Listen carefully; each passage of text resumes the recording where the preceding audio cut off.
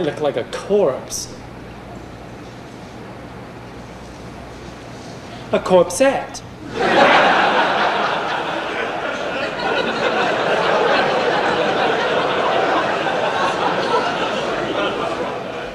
Oh, my queen.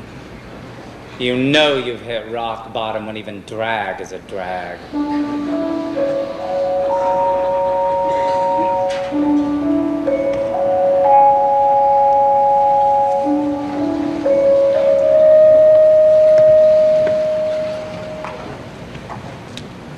Are you? Who are you? Who are you? What are you doing in my hallucination? I am not in your hallucination. You're in my dream. You're wearing makeup, So are you. but you're a man.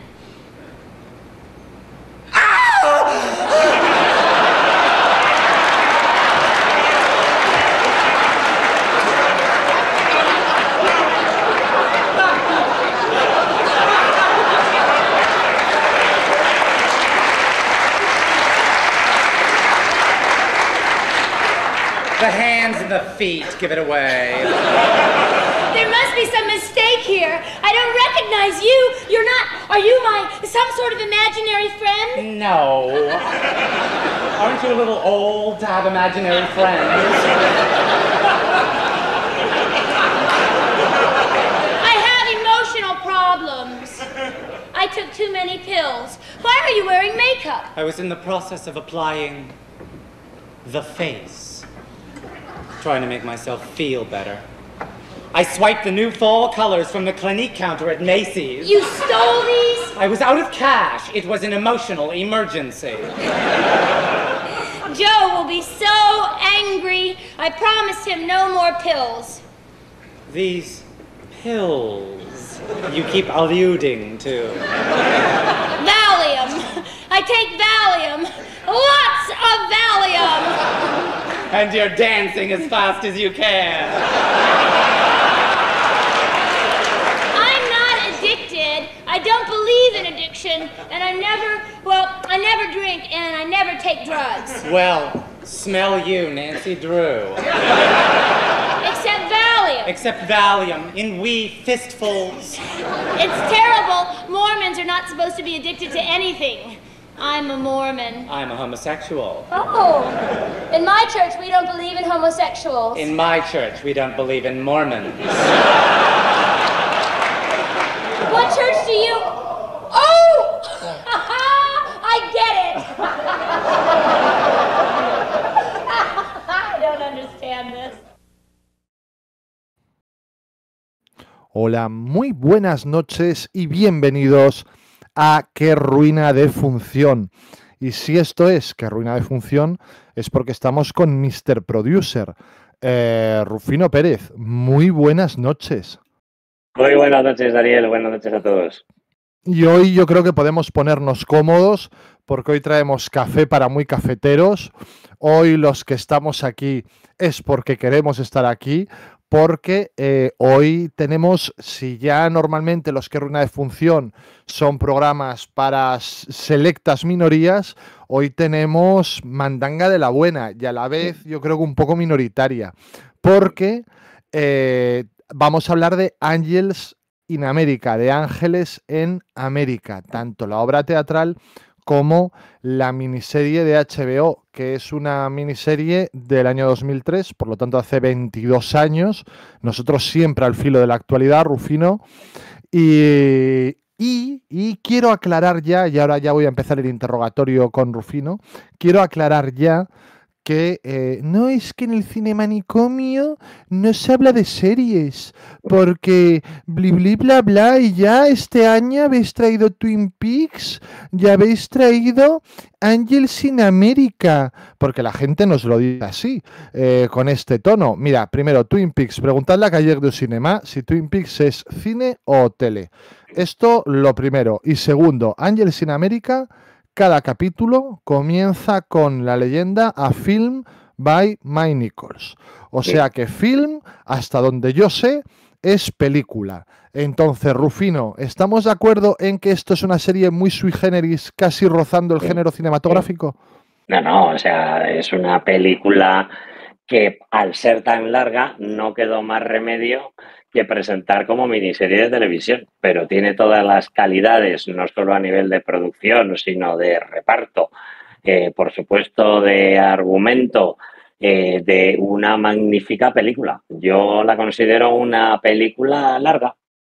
Exacto, ni más ni menos. Y además hay un autor detrás, quiero decir, no solo el caso de Tony Kushner, sino Mike Nichols, que es el director de todos los capítulos y tiene una visión propia que aplica a todos los capítulos. No estamos hablando de una serie en la que hay, no sé cómo se llama, un frontrunner. Exacto, el frontrunner que tal y que cual, y que luego cada capítulo elige un director y no sé. No, no es este el caso. Estamos hablando de un producto audiovisual casi que autoral. Rufino, yo antes de preguntarte, y sé que es de muy mala educación, pero antes de preguntarte, te voy a contar mi experiencia. ¿Cómo llego yo a Angels in America? Yo llego a Angels in America porque primero Josep Parera, en Imágenes de Actualidad, nuestro amigo Josep, insistía mucho por aquel 2003-2004 en que Angels in America era una obra maestra y que era algo que había que ver sí o sí. Se puso muy pesado con ello y probablemente con razón. Pero lo cierto es que le dio mucha importancia cuando ni siquiera le tocaba por el Imágenes de Actualidad el tratar este tema. Y con el tiempo, en distintas conversaciones sobre teatro y sobre la vida que hemos tenido en los últimos años, descubro que tú eres un enamorado también tanto del texto teatral como de la miniserie o de la película de Mike Nichols. ¿Cómo llegas tú a Angels in America? Pues fíjate, como es habitual en mí, ya es un detalle que ni siquiera recuerdo. Ya. Pero lo cierto es que me compro el DVD en la edición británica, que yo creo que editan al cabo de poco tiempo de la emisión en HBO, no mucho más de unos meses. Y seguramente porque había leído cosas acerca de la miniserie que me atraían. Y veo la serie en casa, porque yo creo que además es una serie que tampoco tenía un espacio en el que poderse emitir en España realmente, ¿no? Desde luego tampoco era una obra, digamos, como para emitir en Telecinco o en Antena 3. No recuerdo, y tampoco he encontrado la referencia, a pesar de haberla buscado, ¿no? Con lo cual acaba siendo consumo doméstico del DVD y desde ese momento me enamoro de la obra y bueno, pues luego acabo llegando al texto original de Kushner y a diversos montajes, ¿no? O sea que tú haces el camino, por así decirlo, inverso al que yo esperaba, de la televisión al teatro. Fíjate, estoy buscando, se emite por primera vez en España en 2005, en diciembre de 2005, o sea, más de 2 años después de su emisión en Estados Unidos. Y a mí lo que me parece es que se emite en Movistar Plus.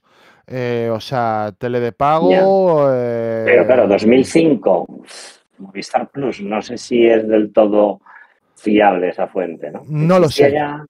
Sí, porque ya en 2004 Movistar Plus, que a través de Fox emite, por ejemplo, Perdidos, Anatomía de Grey, es esta segunda era dorada de la televisión, de las series, y es probable que en algún se utilizara para rellenar contenidos de Movistar Plus series, por ejemplo. Pudiera ser, puede cuadrarme. Bueno, y entonces la segunda pregunta, y ya que vamos a centrarnos en Kushner y en el teatro en este primer bloque del programa, es, ¿tú llegas a verla teatralmente más allá del texto? ¿Tú llegas como espectador a verla?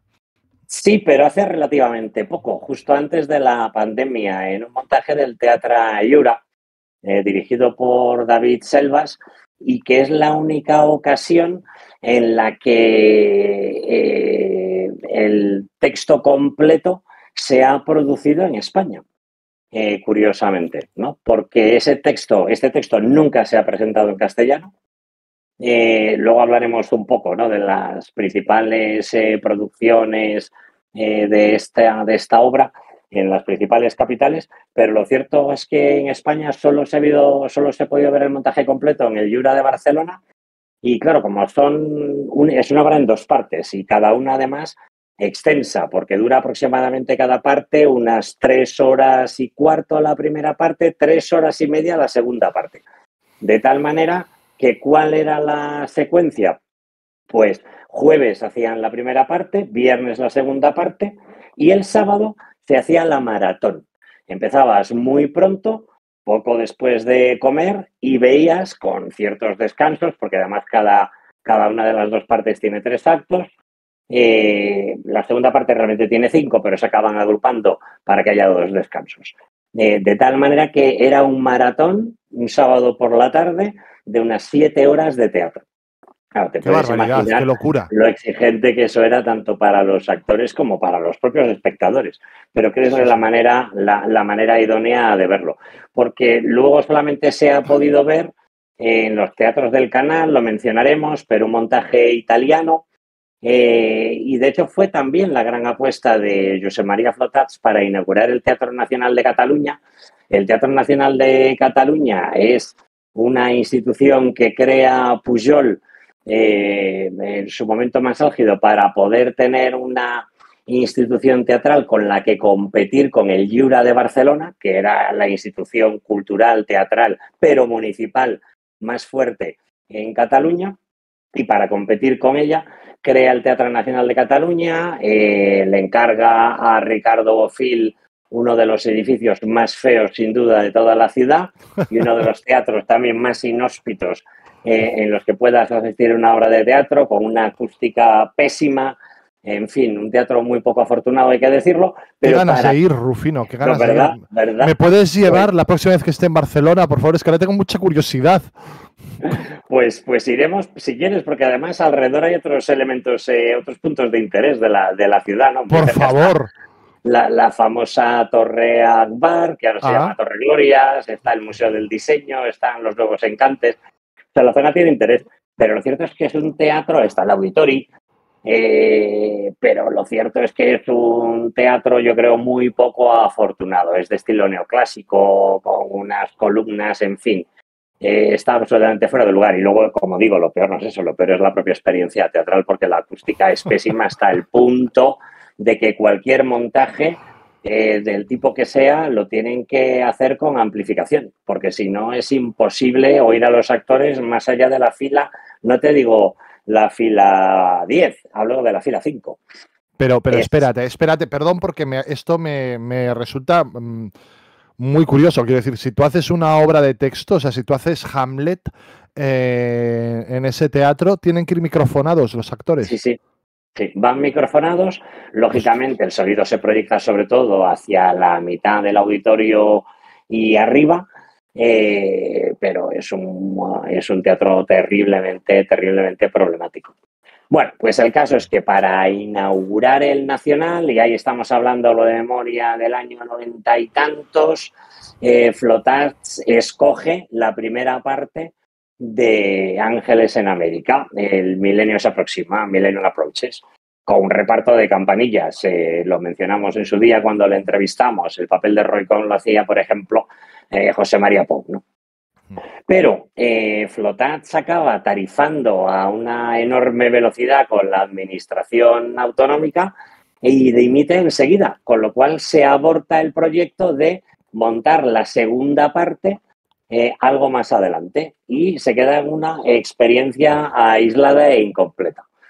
De tal manera que, como digo, no es hasta 2018, si mal no recuerdo, que la puedo ver en el Jure, cuando ya me la sabía de memoria, porque ya la había leído, porque ya había visto, eso sí, en streaming el montaje del National Theatre.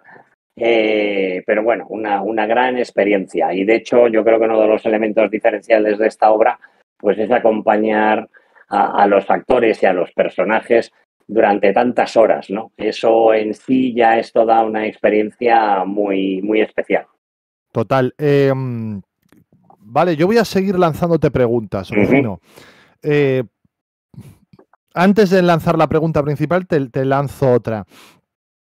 Cuando Kushner escribe la primera parte de la obra, ya la hace con la segunda en la cabeza, escribe las dos juntas, se estrenan las dos juntas, se estrenan con un decalaje de tiempo. ¿Cómo funcionó esto?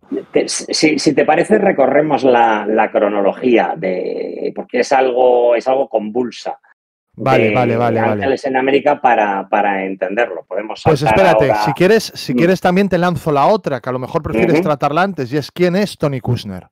Vale, pues si te parece empezamos por ahí, ¿no? Que es alguien del que ya se ha hablado bastante en el canal. Bueno, Kushner, por daros un poquito de contexto, nace en el año 56 en Manhattan, por lo tanto ahora mismo tiene 69 años, aunque su familia se mudó enseguida, a poco después, a Luisiana. Es un cambio bastante radical de escenario. Hablamos de una familia judía con raíces polacas y rusas y en la que ambos progenitores eran músicos profesionales. Enseguida Kushner muestra interés por el mundo del espectáculo, por el teatro y despunta relativamente rápido con el estreno, tras varias obras y adaptaciones, también dirigía, de la obra A Bright Room Cold Day en 1985. Hablamos de una obra ambientada en la Alemania de los años 30 y que narra el ascenso del nazismo. Es en general una obra muy bien recibida, aunque eso sí, con la excepción de Frank Rich, el famoso carnicero de Broadway, del que hemos hablado en otras ocasiones, el crítico del New York Times, pero la verdad es que ya consigue llamar la atención con ese primer texto. A partir de ahí, le comisionan, digamos, le becan para su siguiente proyecto, que es Ángeles en América. Demos un pequeño salto, luego volveremos lógicamente a Ángeles. Estrenos posteriores relevantes. En 1994, Slaps, Thinking About the Long-Standing Problems of Virtue and Happiness, que es una sátira política sobre la Rusia postsoviética y los dilemas morales del comunismo. En 2001 estrena Homebody Kabul, que es uno de los pocos textos que, por cierto, sí se ha estrenado en castellano, dirigido en este caso por Mario Gas, que habla de una mujer londinense que desaparece en Kabul, lo que desencadena pues, una búsqueda que explora el choque cultural entre Occidente y Afganistán. Es también responsable del libreto y las letras de un muy interesante musical que se llama Caroline or Change, con partitura, con música de Janine Tesori. Este es semi-autobiográfico porque está ambientado en la Luisiana de 1963 y narra la historia de Caroline, que es una empleada doméstica afroamericana que trabaja para una familia judía. Todo ello en medio de las tensiones raciales, sociales, políticas, justo tras el asesinato de Kennedy, tan propias de ese momento. Pero más allá de su obra teatral, también es relevante su colaboración con el cine, ¿no? Sí. Y sabéis que es uno de los guionistas de cabecera de los últimos años de Steven Spielberg. La ironía es, y lo recordarás, que hay un momento particularmente espectacular en la miniserie, también en la obra de teatro, al que el personaje que está en ese momento en escena responde diciendo, "Oh, very Steven Spielberg". Sí, señor. Bueno, pues años más tarde se da la paradoja de que acaba colaborando con él. Primero en el guión de Múnich, que coescribe, si no recuerdo mal, con Eric Roth. Esto es el año 2005. De esta película ya habéis hablado largo y tendido en un Finlandia muy interesante. Pronto le tocará el turno, entiendo, a Lincoln, que es del año un par de 2012, meses. Y que también tiene guión de Kushner. Llegó después, en 2021, la nueva adaptación de West Side Story, con guión también de Tony Kushner. Y por último, sabéis que ha coescrito con el propio director, con Spielberg, de Fabelmans en el año 2022. Es además responsable también de la adaptación cinematográfica de Fences, Barreras. Es un texto teatral de August Wilson, que es un autor afroamericano bastante relevante de los últimos 50, 60 años, aunque no ha tenido tanta presencia en la escena europea. Y esta es una película dirigida y protagonizada por Denzel Washington. Y que quedó regulera, todo hay que decirlo. Esta no he tenido la oportunidad de verla todavía, pero está en mi lista de eternos pendientes, la verdad. Sí, sí.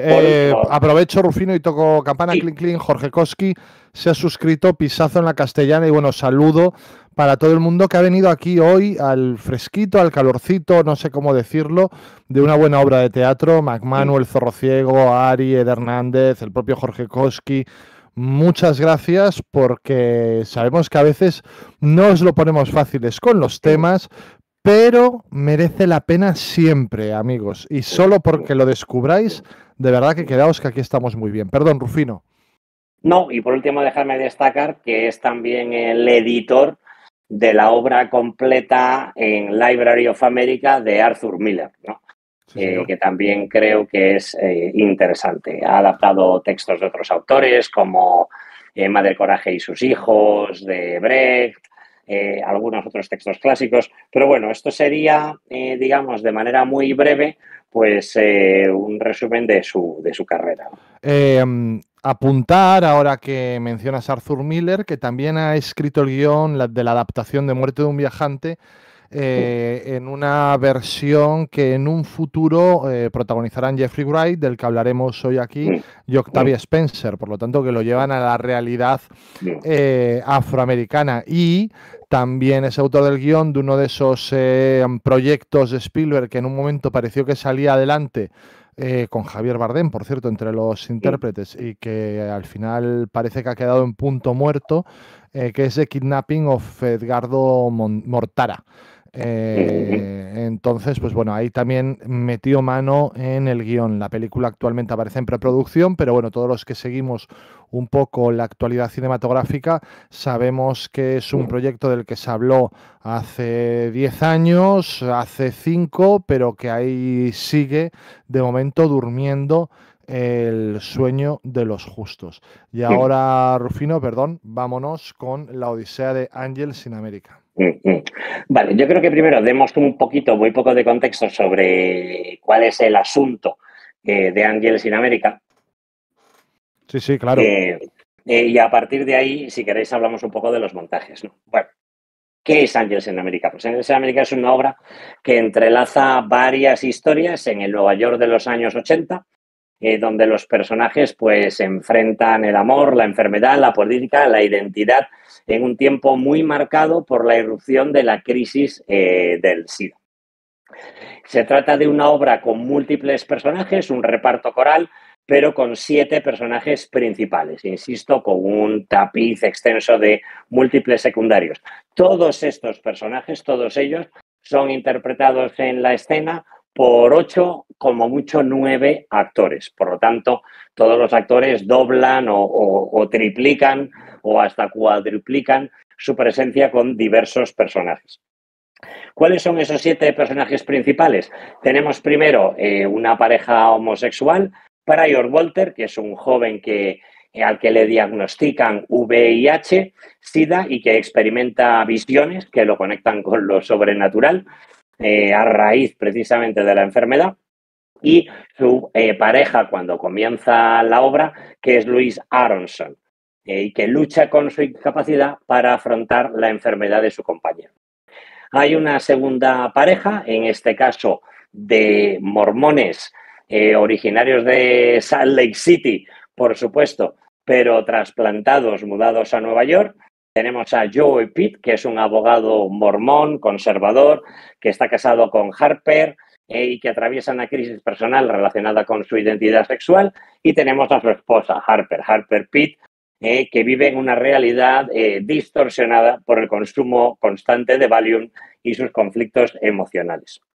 Joe Pitt, a su vez, digamos que cuenta con la protección o el mecenazgo de Roy Cohn. Roy Cohn es un muy poderoso y despiadado abogado, está basado en una figura real, luego a ver si tenemos tiempo de volver sobre eso, pero que niega su homosexualidad, incluso su propio diagnóstico de SIDA. Tenemos también a Belize. Belize es un enfermero que es, de hecho, un personaje que conecta diferentes mundos dentro de la obra, porque, de hecho, cuida tanto de Pryor, que es uno de sus más íntimos amigos, como de Roy. Cuando es ingresado en un hospital para ser tratado, pues él es el enfermero del turno de noche en ese hospital. Y, por último, tenemos, claro, al ángel, que es una entidad celestial que visita a Pryor y que representa una visión divina que desafía el cambio, el progreso. Al final hablamos de una reflexión sobre la fragilidad y sobre la resistencia humana en tiempos de crisis. Kushner explora cómo el dolor y la pérdida pueden convivir con la esperanza, la transformación, cuestionando estructuras sociales, religiosas y políticas que determinan la vida de las personas. En el fondo, sobre todo, y eso es lo más importante, Ángeles en América, a pesar de su contexto tan concreto, habla del deseo de sobrevivir, de la necesidad de imaginar un futuro mejor, incluso cuando todo parece desmoronarse. Sí, señor. Creo que es un gran resumen de la trama argumental de la película, que incluye, pues, ya desde el propio título, conflictos religiosos, conflictos sexuales, y que nos habla de un Nueva York que no está tan lejos, Rufino, del que vemos, por ejemplo, en Rent. Son esos años y es esa clase de ambiente, por lo menos en alguno de los segmentos de los que nos habla Ángeles in America. Correcto. Pues si queréis hablamos un poco de la trayectoria de la obra de teatro. Esta es una obra de teatro que encarga el Eureka Theater de San Francisco. En ese momento los directores artísticos eran Oscar Eustis. Luego sería mucho más conocido tras dar el salto a dirigir el Public Theater de Nueva York, ¿no? Del que ya hemos hablado en ocasiones interiores y que sabéis que ha incubado, pues, textos y musicales muy importantes de los últimos años. Quizás el más destacado recientemente sea Hamilton, ¿no? Bueno, pues Oscar Eustis y Tony Taccone eran los directores artísticos del Eureka en San Francisco, uno de los teatros, digamos, innovadores, experimentales más relevantes de esa ciudad, y le comisionan con fondos, con el soporte económico del National Endowment for the Arts, que vendría a ser, digamos, el Ministerio de Cultura, que desarrolle la obra a partir de la propuesta, digamos, de la sinopsis de la noción inicial planteada por Kushner, por el autor.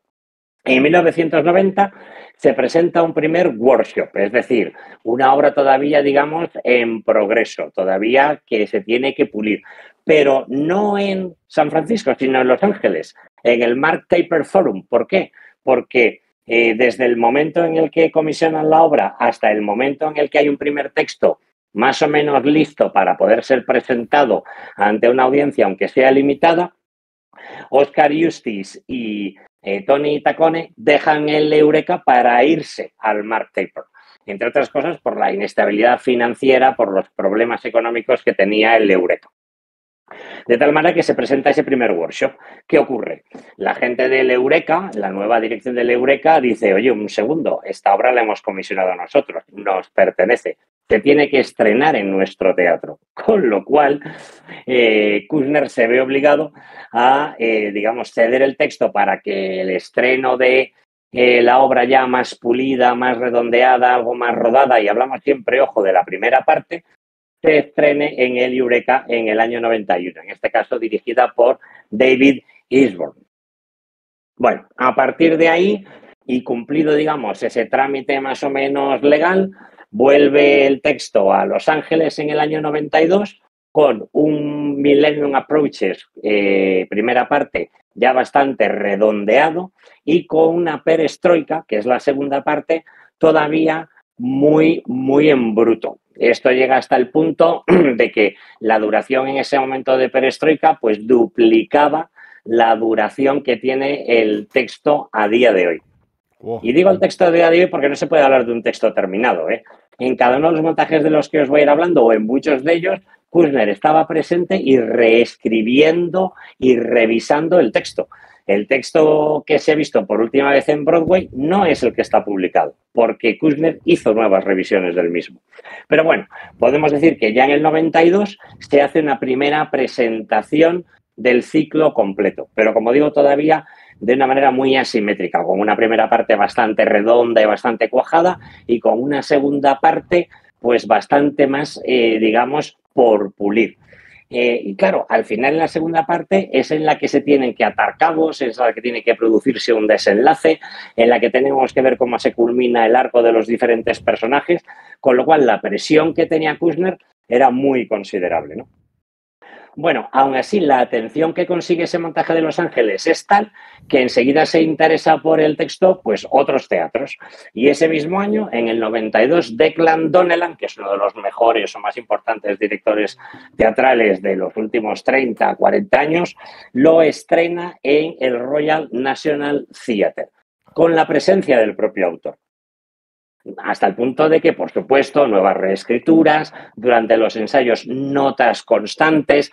Hay por ahí una foto que no he podido compartiros porque es de muy mala calidad, pero donde se ve el momento en el que Declan Donnellan llega a casa y se encuentra la máquina de fax que había agotado el papel porque Kushner había tenido que salir de viaje, pero al llegar a casa le envió por fax todas las notas que había tomado durante los últimos ensayos a los que había asistido, hasta el punto de agotar el rollo de papel de la cantidad de notas, ¿no? Bueno, una experiencia muy estresante para el propio director que tiene que poner en pie, imagínate, un montaje complejo como es este, con múltiples personajes que doblan, múltiples actores doblando personajes, con muchísimas escenas muy cortas, muchas de ellas además que hay que conseguir entrelazar, que tengan un ritmo suficientemente ágil, en fin, una experiencia que no fue del todo grata a pesar del éxito de crítica y público para Donnellan. Bueno, a partir de ahí, lógicamente, el interés todavía se dispara más, ¿no? Frank Rich, el crítico del Times, va a verlo a Londres, hace una crítica súper elogiosa, una rave de ese montaje, se dispara el interés de los productores de Broadway, empieza a haber peleas entre los grandes grupos, los Nederlanders, los Jujamsing, etcétera, por conseguir los derechos y estrenar el texto, pero bueno, al final es Rocco Landesman consiguiendo el texto y encargándole la dirección a George C. Wolfe, quien se lleva el gato al agua, con la intención de estrenar en una temporada la primera parte y al comienzo de la segunda temporada estrenar la segunda parte y ya hacerlas en repertorio. En bucle, en ciclo, ¿no? Como os decía antes, pues alternando primera y segunda parte e incluso haciendo esa maratón algunos de los días, ¿no? Pues el típico día de matinal y función vespertina, pues hacer ya el ciclo completo. Así que en mayo del 93 se estrena la primera parte y en noviembre la segunda parte. Eso sí, con constantes reescrituras todavía de perestroika que había que podar, había que limar, había que terminar de ensamblar. Donnellan dice, vale, yo también quiero hacer la segunda parte, pero me voy a esperar a que la estrenen en Broadway para tener ya un texto más o menos estabilizado, cerrado, y no tener sobre mi hombro a Kushner dándome notas constantemente y reescribiendo. La realidad es que hubo que demorar en sucesivas ocasiones desde el estreno de la segunda parte en Broadway hasta el punto de que se produce antes el estreno en Londres que en Broadway. Pero bueno, al menos en este caso, Kushner solo lo podía vigilar a distancia, ¿no? Porque sí que se dio algún salto, pero sobre todo estaba pendiente del estreno en Broadway. Bueno, piensa que en ese momento, además, la primera parte ya había ganado el premio Pulitzer. Había, como veremos luego, comentaremos los premios, triunfado en los Tony. Claro, la presión que tenía Kushner era monumental, ¿no? Para resolver el desenlace a la altura de todas las expectativas que había planteado la primera parte. Bueno, eso para una gran mayoría de la crítica de los aficionados acaba sucediendo, aunque hay partidarios de la primera parte, partidarios de la segunda. Yo creo que es muy difícil escoger, porque además no tiene sentido escoger una de las dos e ignorar la otra, ¿no? Yo creo que es una elección un tanto absurda e innecesaria, ¿no? Más allá de estos estrenos, llega luego la adaptación televisiva. De eso tendremos ocasión de hablar en la segunda parte del programa, de HBO, 2003. En 2004 ya se estrena la versión operística en el Teatro du Châtelet en París, con música de Peter Etbos y libreto de su esposa Marie Mattei. Bueno, 2 horas y media, claro, de ópera, que es una duración razonable para una ópera, incluso podría ser algo superior, pero desde luego muy lejos de las 7 horas del montaje teatral. Bueno, claro, el propio Kushner, que no quiso hacerse cargo del libreto, porque quizás hubiera sido un proceso demasiado doloroso, recomendó despojar al texto sobre todo del componente político y centrarse en particular pues en el itinerario de las 2 parejas principales, ¿no?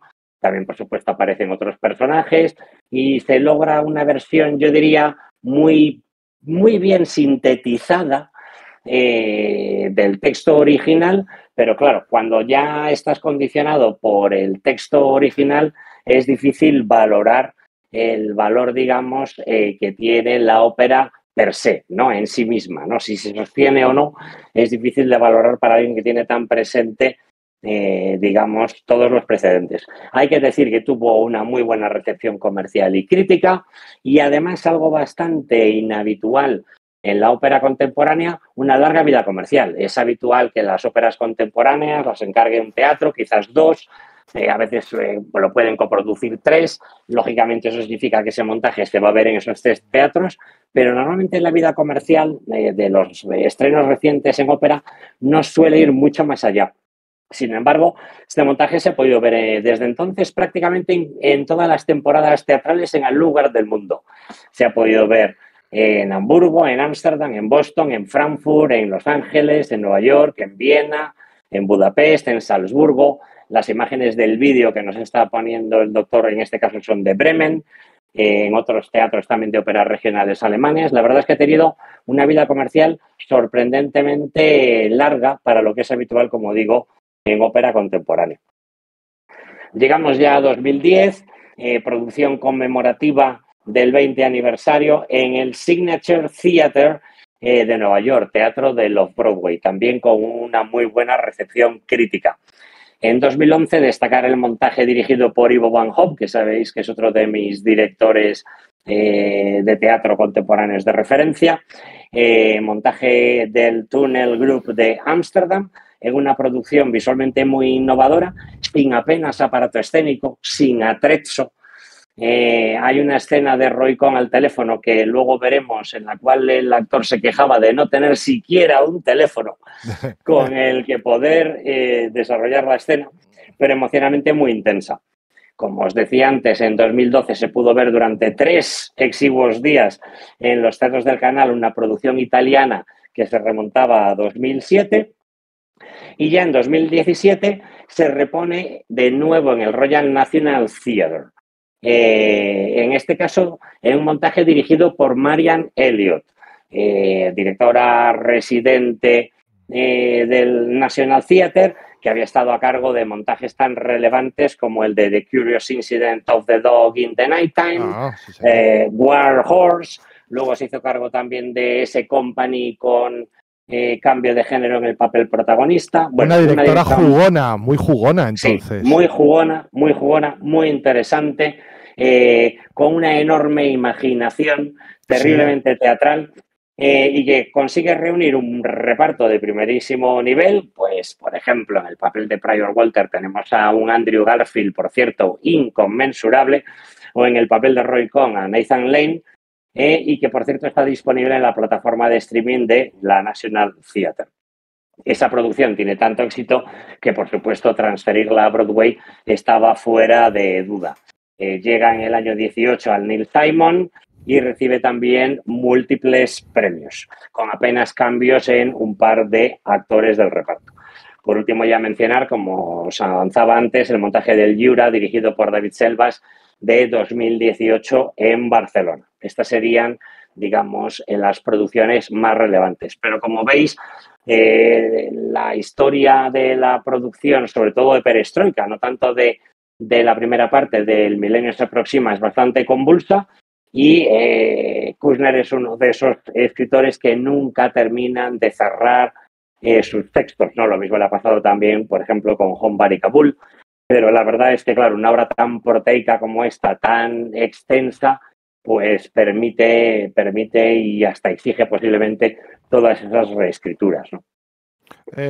Yo voy a aprovechar para tocar campana, clink, clink, clink, porque Leo Berman se ha suscrito con Prime. Leo Berman, muchas gracias. Luego dice Leo Berman, soy el único que piensa que Dani parece Stevie Wonder en los 80 con ese pelo. Bueno, me lo recojo luego, pero es que vengo de la ducha, Leo Berman, y quería que secara un poquito. Y nos apunta Ed Hernández, y esto me parece muy interesante porque yo no lo conocía, que a Roy Cohn lo hemos visto interpretado por Jeremy Strong en la reciente película El Aprendiz. Fíjate, no lo sabía, y tenemos un público que está al quite de todo, Claro, y esto es maravilloso. Claro.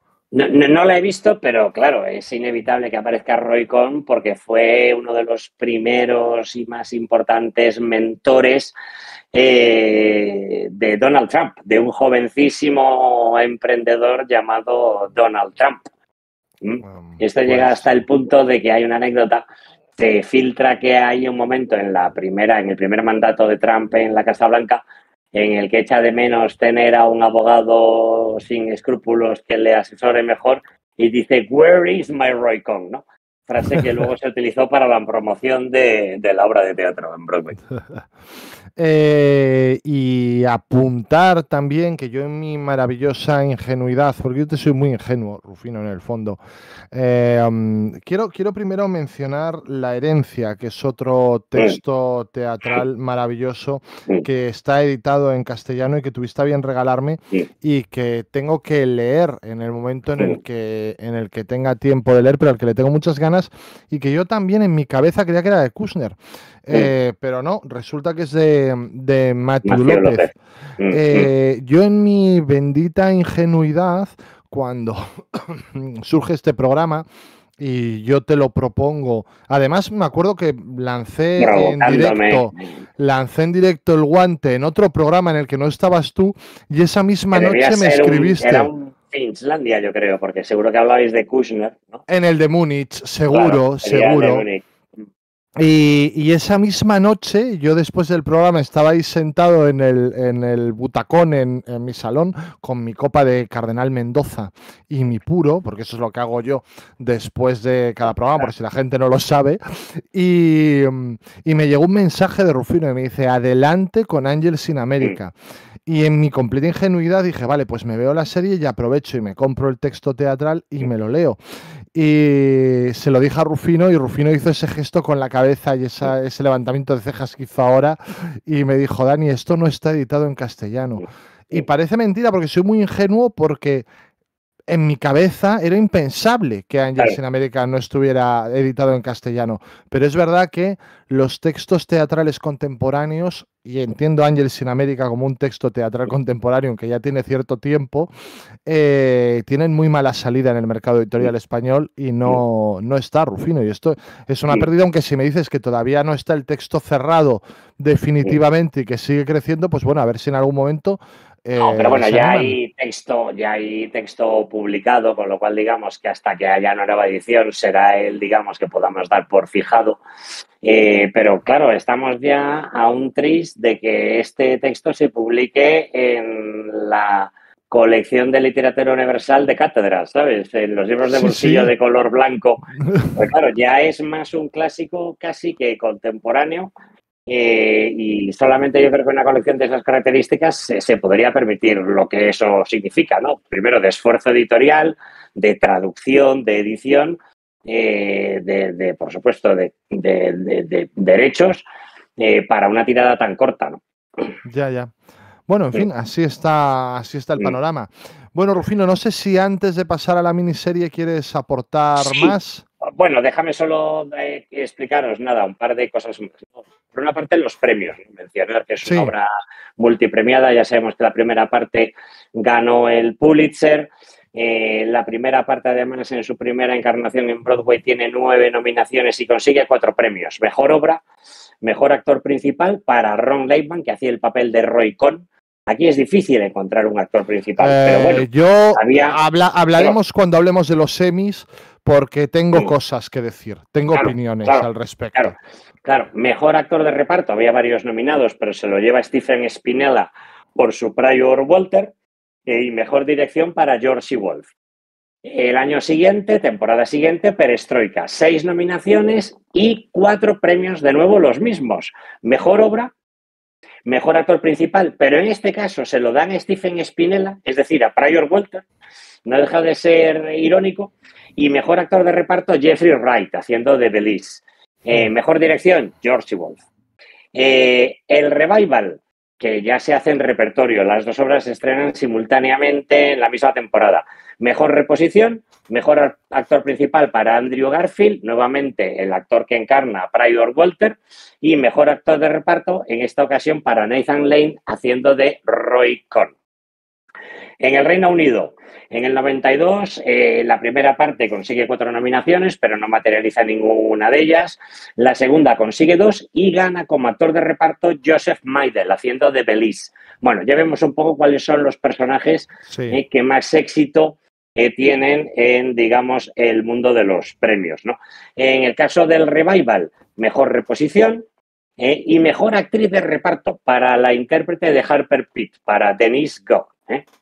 Bueno, dejadme daros luego algunas impresiones más personales sobre esta obra. Yo creo que es una obra, ¿por qué me gusta tanto Ángeles en América, ¿no? Yo, de hecho, diría que es uno de los textos cumbre del teatro del siglo XX.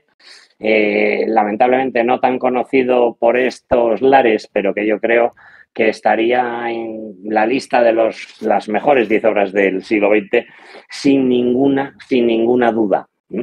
Y hablamos, ojo, del 20, que es el siglo, yo creo que más interesante hasta ahora en la historia del teatro, junto con el teatro del siglo de oro isabelino. Siglo de oro, sí, bien, sí. ¿Por qué? Pues mira, primero porque es un texto que plantea múltiples ambiciones, muchísimas, simultáneamente, de carácter histórico, de reivindicación del colectivo gay, sobre el amor, sobre la política, sobre el conflicto social, racial, y que es capaz de colmarlas todas. Porque presenta una galería de personajes impresionante, en la que todos son o muestran o nos interesan. Es una obra además proteica que admite múltiples formas de presentarse y de interpretarse. Es una de esas obras que en manos de cualquier buen director pues permite crear algo completamente nuevo y diferente e igual de interesante que cualquiera de sus predecesores. Porque me gusta mucho la tesis de la obra, ¿no? Porque la tesis de la obra al final es que el progreso existe, que el mundo progresa, y esa tesis se ve confirmada cuando vemos a algunos de los hechos contemporáneos al estreno de la obra y que causaban tanta zozobra, como la epidemia del SIDA o el agujero del ozono, por mencionar solo 2, y que a día de hoy pues están, si no completamente resueltos, desde luego completamente encauzados, ¿no?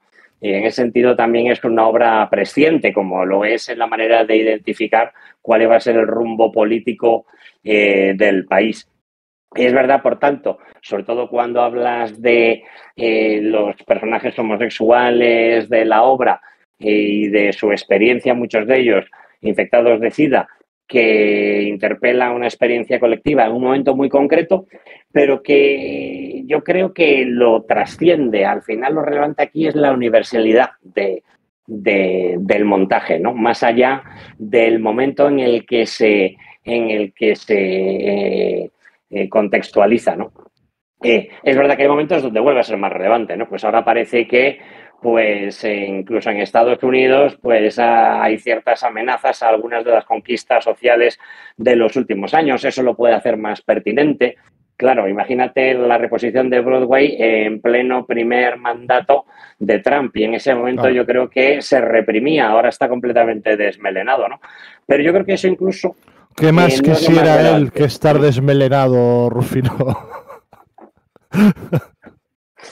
Sí. Bueno, No, yo creo que sí, seguro interpela pues a emociones o a sentimientos o a la historia más concreta de algunas generaciones o de algunos colectivos, pero yo creo que su tesis, sin lugar a dudas, trasciende ese momento concreto, ¿no?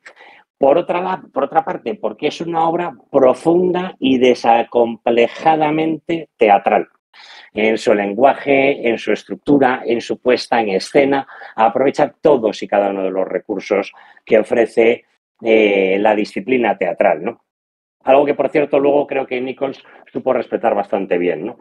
Además, es una obra que ha traído muchísimo talento a lo largo del tiempo. Hemos mencionado ya directores como Oscar Eustis, George C. Wolfe, Donnellan, Van Hope, Marianne Elliott, pero fíjate que nómina de actores. Stephen Spinella, Joe Mantello, que luego se haría más popular como director de musicales como Wicked, ¿no? Que a todos os sonará. Daniel Craig, que es uno de los Sí. Joe Pitts en el original de Londres. Ron Leibman. F. Murray Abraham acepta ser reemplazo de Leibman en el montaje original de Broadway. ¡Qué Claro, maravilla!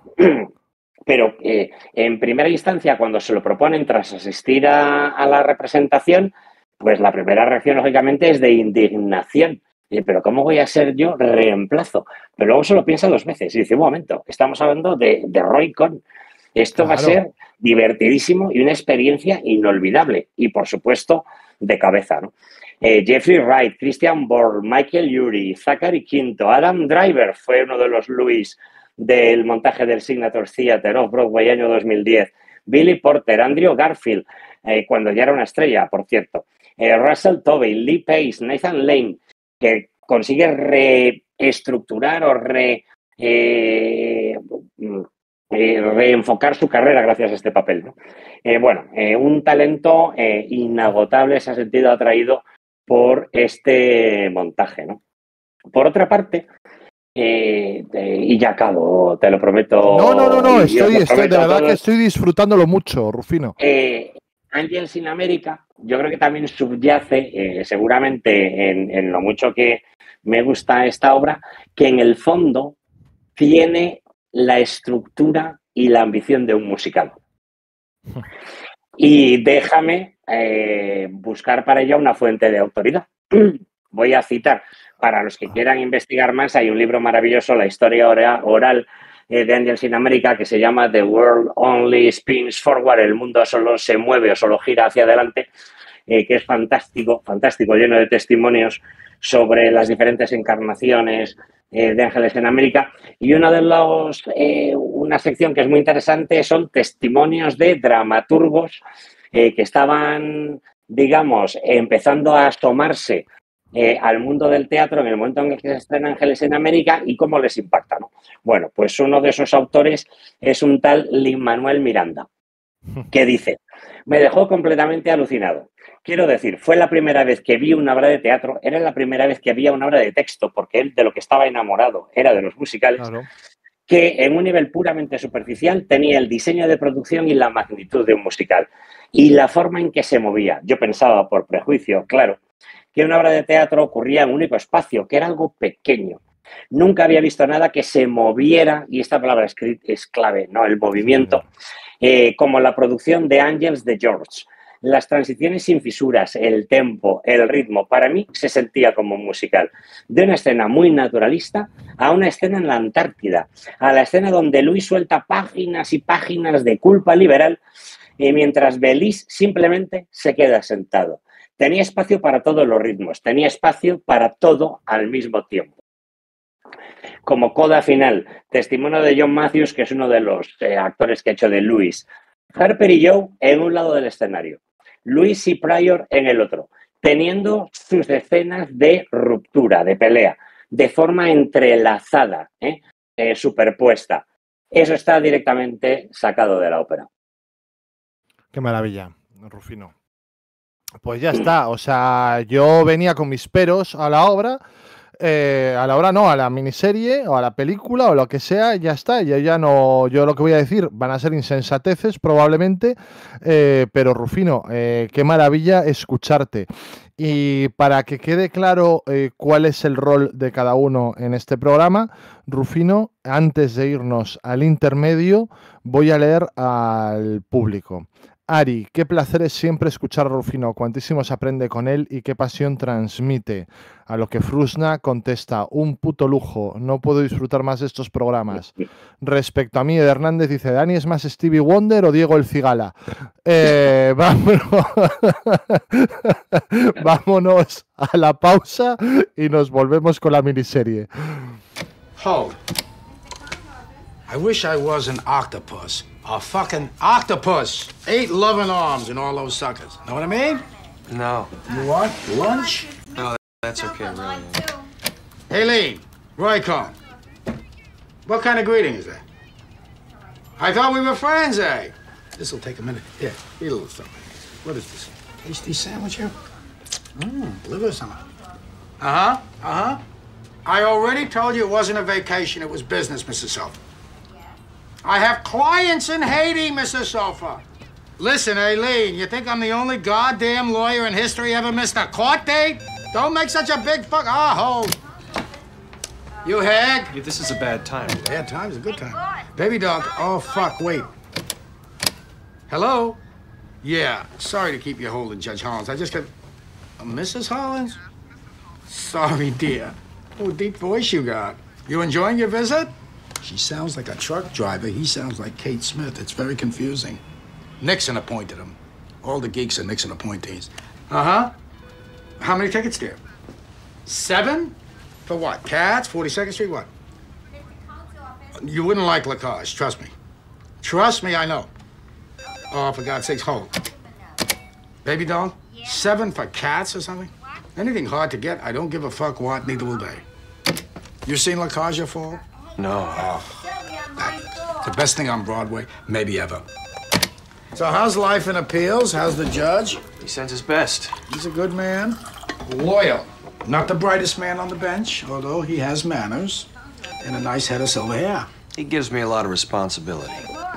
Yeah, like writing his decisions and signing his name. Well. He's a nice man you cover admirably. Well, thanks, Roy. Yeah. Who's this? Well, who the fuck are you? Ho. So, baby doll, what? It's gonna be cats. Cats. Cats. It's about cats. Singing cats. You'll love it. 8 o'clock. Theater's always at 8. Fucking tourists. Eat already, Joe. For Christ's sake, live a little. Roy, could you... Yeah, what? Mrs. Sofa. Oh, God. Fucking damn it, the hell. Roy, I really... Baby doll, ring up the post, get me Susie. See... Oh, Christ! Roy! Oh. What? Could you please not take the Lord's name in vain? I'm sorry, but please. At least while I'm... Right. Sorry, fuck. Only in America. Baby doll, tell them all to fuck off. Tell them I died.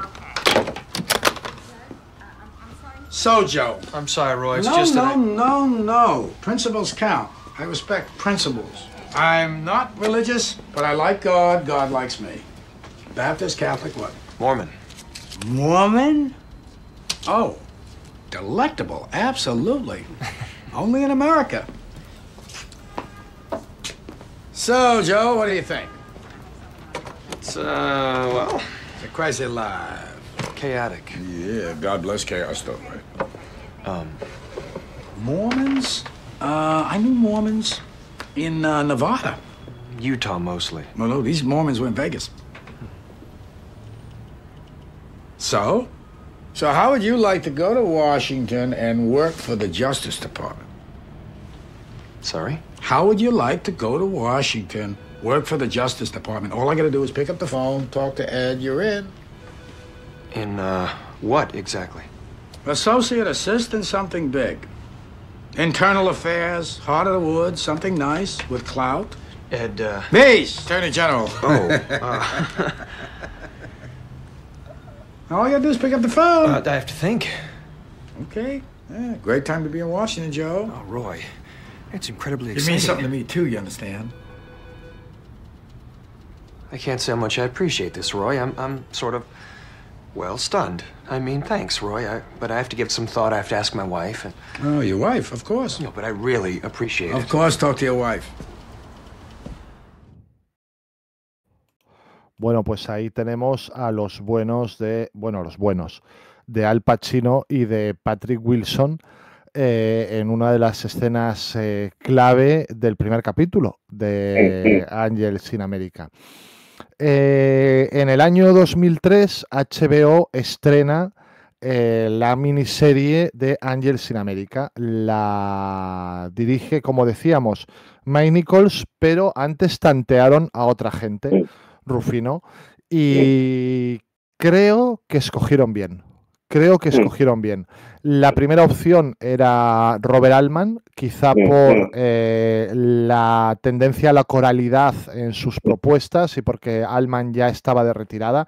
Tan de retirada estaba que se murió 4 años después. Altman debía morir en 2006, 2007. Bueno, ahí hay algo más de intrahistoria, si me Sí, permites. dale, por favor.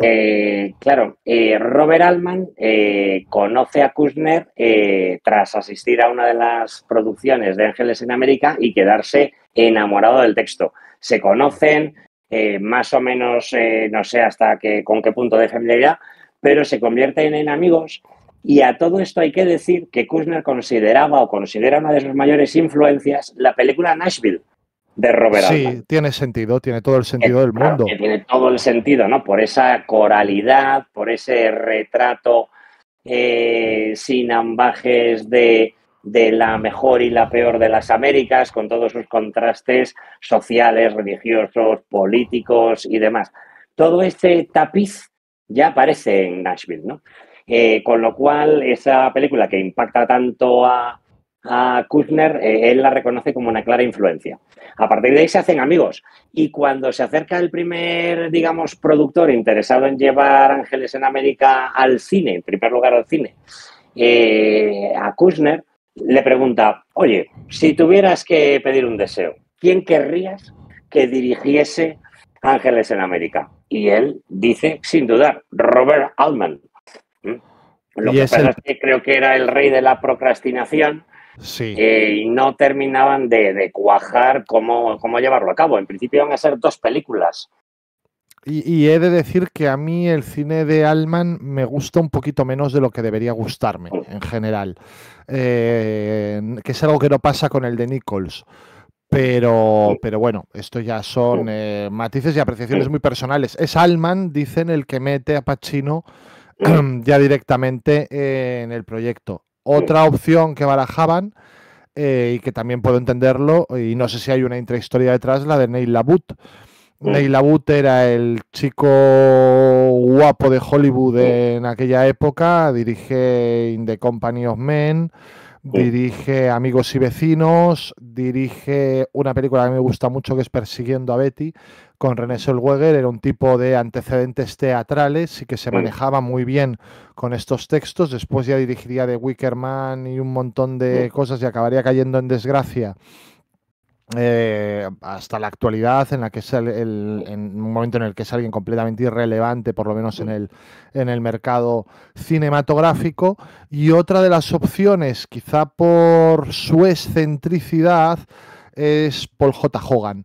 Paul J. Hogan, que venía de La boda de Muriel, La boda de mi mejor amigo, y bueno, se lo plantean seriamente. El caso es que entra Mike Nichols, que en su biografía ya al final de su carrera reconoce que es probablemente la obra de la que se siente más orgulloso en toda su carrera, lo cual son palabras mayores. Viniendo de Mike Nichols, no olvidemos que tiene pues El Graduado, 30.000 opciones, nuestra queridísima La jaula de grillos, que decir del señor Finch, hablando de La jaula de grillos, que está presente en este monólogo de Pacino. O Closer, por ejemplo, otra película muy teatral que se estrenaría unos cuantos años después, yo creo que en 2004 debe ser Closer. bueno, se plantean también distintas opciones para el reparto. Para Louis, la primera opción que manejan es Adrian Brody, antes de que estuviera encasillado como el judío de Hollywood, un tipo al que su nariz le ha dado 2 Oscars directamente. Pero Adrian Brody se siente incómodo con las escenas homoeróticas que va a tener que protagonizar y rechaza el papel. Para el personaje que acabaría haciendo Emma Thompson también tantean a la lesbiana oficial de Hollywood, aunque en aquel entonces no era todavía la lesbiana oficial de Hollywood, que es Jodie Foster. Hubiera estado estupenda, ¿eh? Jodie Foster también hubiera sido una opción fantástica, aunque Emma Thompson está muy bien en los 2 papeles importantes que hace en la serie. Dustin Hoffman estuvo también como posible Roy Cohn en algún momento. Pacino Hoffman tanto monta tanto, a mi modo de ver. Y Billy Crudup iba a ser Joe Pitt también. Billy Crudup rechaza el papel, que acaba pasando a... Joder, ahora me vendrá el nombre. Espérate, que Patrick Wilson. A Patrick Wilson. Y es curioso porque Billy Crudup era la pareja de Mary Louise Parker en aquel momento. Y bueno, años después, o bueno, ni siquiera años después, apenas un año después ellos acaban su relación. Por lo tanto, no puede achacarse, como el caso de Tom Cruise, Nicole Kidman y de tantas parejas que acaban rompiendo, por su participación en la película o en la miniserie. Analicemos, si quieres, la miniserie, que creo que, Rufino, tú que conoces el antecedente teatral, tú hablas de la literalidad con la que transcribe Kushner su texto teatral, pero te digo que lo hace de un modo muy cinematográfico. Es muy complicado ver esta miniserie y pensar que tiene un antecedente teatral, salvo que pienses en... lo textual que es, porque es una miniserie que no renuncia al apartado visual y visualmente está cuidadísima. Y además hay una gramática visual en Nichols, quiero decir, hay una composición del plano, del encuadre que nos está diciendo constantemente cosas, del montaje. Pero si yo veo, y hablábamos antes fuera de micro, Un Dios salvaje, por ejemplo, de Polanski, no me cuesta pensar que es una obra teatral. Si yo veo Closer, de Mike Nichols, no me cuesta pensar que es una obra teatral. Si yo veo Angels in America sin saber que Angels in America tiene un antecedente teatral, yo pensaría que es un Pulitzer de novela. Y además encuadra muy bien en el subgénero de la gran novela americana, ¿no? Encajaría perfectamente. Por lo tanto, yo como espectador, cuando veo esta miniserie, lo primero que pienso es cómo diablos sucede esto en teatro. Lo que me lleva a tener mucha curiosidad por asistir a una representación teatral o por lo menos leerme el texto al que... Claro, fíjate que antes lo mencionábamos, ¿no? Es el movimiento, esa superposición de escenas, esa transición superfluida entre unas escenas y otras, la superposición en ocasiones de escenas, momentos en que diferentes escenas incluso se cruzan. Esa fluidez, ¿no? Que es más propia del musical, pero que también bebe mucho de fuentes o de formas cinematográficas, claro, ya está presente en el texto original. Luego había, esto es interesante también, muchas discusiones entre los directores de escena y el propio autor en cómo de fluidas tenían que ser las transiciones, ¿no? Kushner, por ejemplo, era más partidario de aislar cada una de las escenas, aunque muy brevemente. No hablaba siquiera de oscuros, pero sí de que cada escena tuviera un inicio y un fin, y es Donnellan el que impone su criterio y decide empezar a superponer el final de una escena con el principio de la siguiente, para no perder el foco, la atención, la concentración de los espectadores. Ahí Kushner echa de menos el que haya un mínimo, digamos, descanso en el espectador para poder reflexionar sobre lo que acaba de suceder, pero es que es imposible que le dé tiempo de hacer una mínima reflexión con todo lo que todavía va a tener que suceder después, ¿no? Con lo cual yo creo que el acierto de los directores de escena, porque yo creo que esta aproximación se consolida no solo con Donnellan, sino con los siguientes directores, es la de apostar por un muy alto ritmo, incluso de superponer, solapar ¿sabes? La última intervención de un actor en una escena con la primera intervención de un actor en la siguiente, jugando con los espacios, sobre todo gracias a la iluminación, ¿no? Y, por supuesto, pues, hombre, a ciertos medios a nivel de producción, ¿no?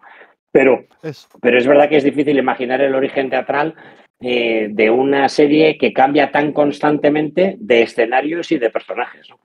Y además, quiero decir, cuando lo ves con ojos de director teatral, es muy interesante esta discusión que se plantea.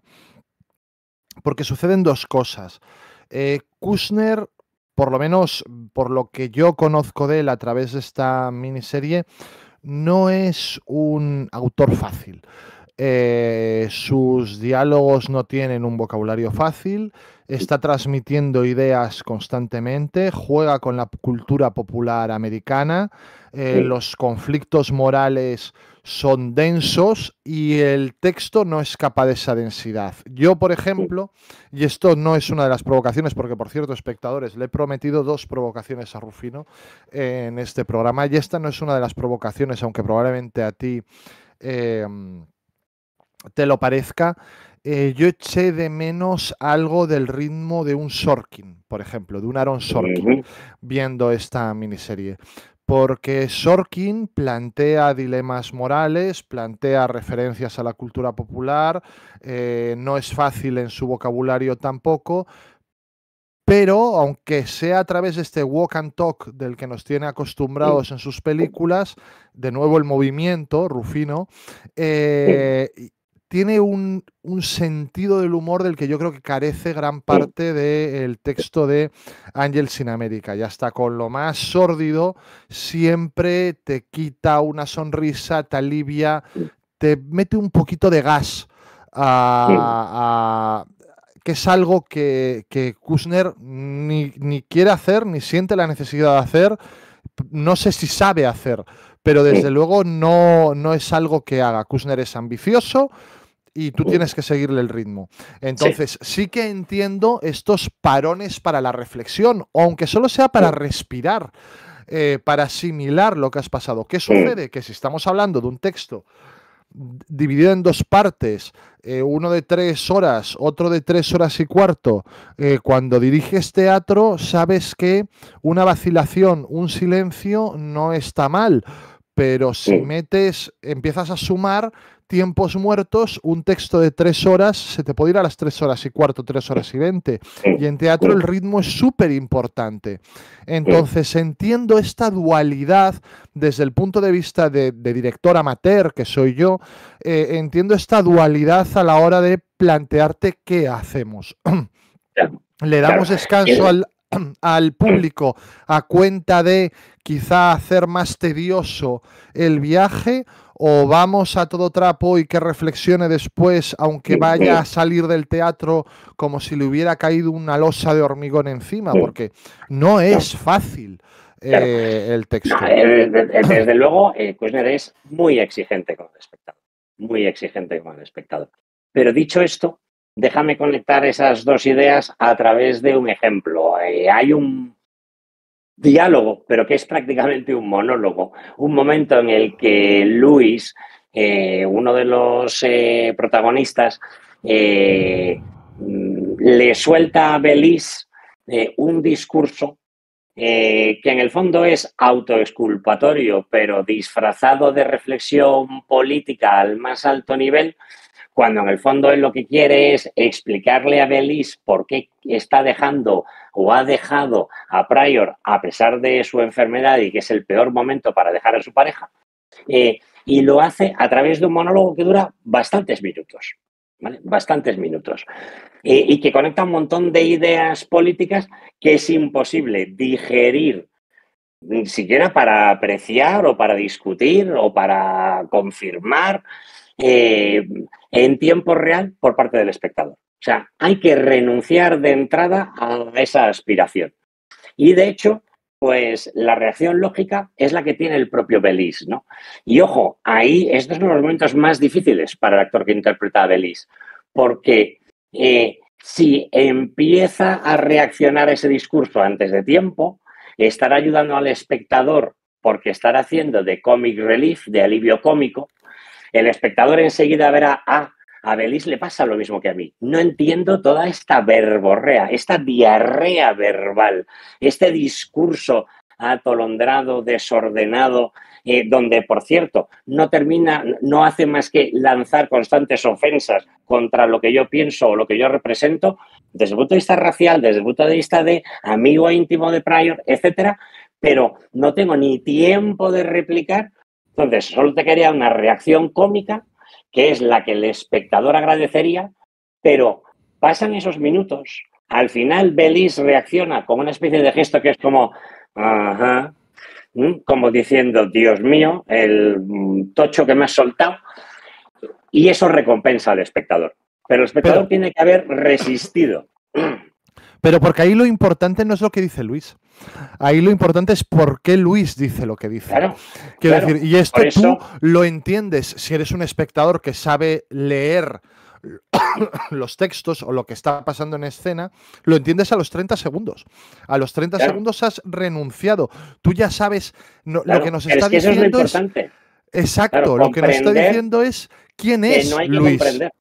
Claro, ¿Quién es exacto. Luis? Hay No, que leer no lo entre que está líneas diciendo, el totalmente. discurso. Sin embargo, hay dos momentos de Luis en los que sí que habla claramente de lo que ha sucedido y con algunas frases vamos, que yo creo que están entre las mejores que se han escrito en el teatro de las últimas décadas, pero desde luego no es ese momento, ¿no? Joder, qué Entonces, interesante todo esto que claro, abres, Rufino. hay que ser capaz de renunciar a entender, ¿no? Y eso no para cualquier espectador es sencillo, porque hay muchos espectadores que necesitan de la literalidad, necesitan además de la Sí, claro, comunión plena entre la imagen y la palabra. total. Claro, renunciar a eso, al fondo, es exigirle al espectador una actitud que no es la habitual. Que sepa leer lo que está pasando en escena. Y yo niego la mayor. Joder, Rufino, nos vamos a ir a debates muy interesantes. Luis no deja a su pareja a pesar de su enfermedad. Luis deja a su pareja por su enfermedad. No, cuando digo a pesar, claro que sí. Pero cuando digo a pesar, me refiero a pesar de lo que eso lo supone, por ejemplo, desde un punto de vista social. Es que... A pesar de cómo va a reaccionar el propio Pryor a ese abandono, ¿no? Además, en un momento, aunque eso no es algo que en lo que la obra se detenga tanto, en el que los gays estaban cayendo como moscas, pero Totalmente, como moscas, y que sin que la administración se preocupase lo más mínimo de entender qué estaba pasando, ¿no? Con lo cual, claro, hay muchas capas ahí. Y esto me abre dos melones muy interesantes. Por un lado, creo que la obra o el texto nos presenta a muchos personajes que hacen cosas miserables o por lo menos equivocadas constantemente. Pero la mayoría de ellos. La mayoría de ellos, te diría. Para mí hay un par de excepciones, que es el personaje de Harper y el personaje de Belize. E incluso el personaje de Justin Kirk, la pareja de Luis, que es completamente pasivo. Son personajes pasivos en la obra. Todos tienen un reproche. Es decir, al margen de que sea más o menos miserable su actuación, su comportamiento, no cabe duda de que todos los personajes tienen algún reproche. Sí, pero el texto no les juzga, es hasta humanista con ellos. Llegado un momento, tiene mucha humanidad con personajes que hacen cosas terribles a lo largo del pero texto. Eso entronca con la tesis de la obra, que es la necesidad y la capacidad de cambio. Entonces, ese cambio se sustancia en los propios personajes, aunque al final, lógicamente, de manera colectiva, pues la obra te habla del progreso de la humanidad, ¿no? Pero ese cambio se sustancia en buena parte de los personajes. Y de hecho, sin hacer spoilers, los personajes que cambian, que son capaces de cambiar, son los que cierran la obra. Sí, totalmente. Y luego te voy a abrir un melón aquí, eso es la primera provocación de Vamos. de la noche. Sé que es un error, lo sé, y lo quiero decir ya a priori, juzgar una obra por lo que te gustaría que fuera y no por lo que es. ¿Vale? Sé que es un error y por lo tanto sé que esta réplica que tú me vas a dar furibunda a lo que yo te diga, vas a tener razón.